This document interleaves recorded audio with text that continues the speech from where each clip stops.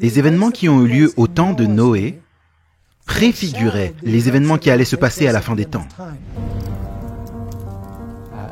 L'histoire se répète. Je suis sûr que le Seigneur regarde du haut des cieux maintenant. Jésus a dit comme les choses étaient au jour de Noé, ainsi elles seront à la venue du Fils de l'homme. Et nous voyons ça dans le monde aujourd'hui. La violence sur la terre, l'égoïsme, l'adoration du moi.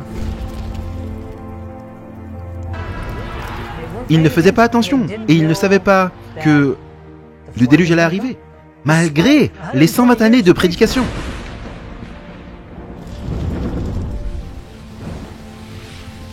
Nous avons les restes de plus de 10 000 dinosaures. Cela témoigne certainement d'une catastrophe.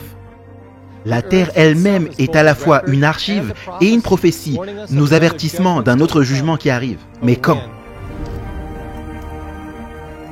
Le jugement est ce qui détermine qui sera prêt lorsque Jésus reviendra et qui ne sera pas. L'évangile éternel et le jugement final et le choix final sont connectés avec le message du sanctuaire. Et qu'aucun homme ne puisse acheter ou vendre s'il n'a pas la marque. Le vrai parallèle entre les temps de Noé et la fin des temps, c'est le moment où la porte se ferme. Vous devez choisir entre l'un ou l'autre, et ce choix arrivera.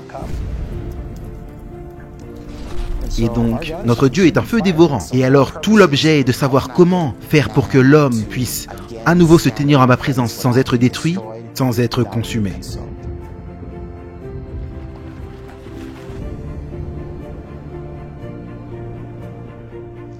À la fin des temps, il y a 3 avertissements qui sont donnés à l'homme qui précèdent immédiatement la venue de Christ. Ces avertissements sont donnés par 3 anges et ont été connus sous le nom du message des 3 anges.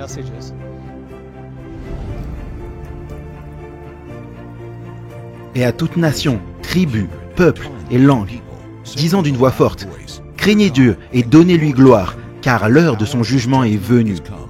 Et adorez-le, celui qui a fait les cieux et la terre, la mer et les sources d'eau. » Donc ça ne peut que pointer vers le déluge.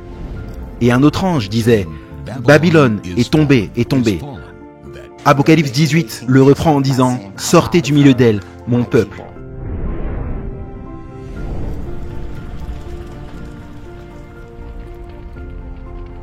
Pour être en mesure de traverser cette période d'épreuve sévère, le peuple de Dieu doit être scellé. Comment évitons-nous la marque de la bête ? En entrant par la foi dans le lieu très saint.